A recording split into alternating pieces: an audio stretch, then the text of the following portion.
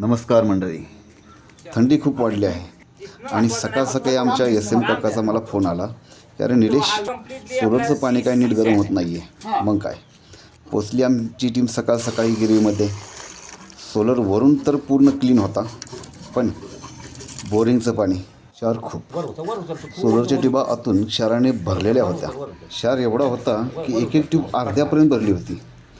सर्व टिबा क्लीन करून पुन्हा सिस्टीम चालू करून दिली आणि रिझल्ट काय, दुसऱ्या दिवशी पुन्हा एकदा गरम पाणी. सिस्टीम आम्ही कोरोनामध्ये बसवलेली.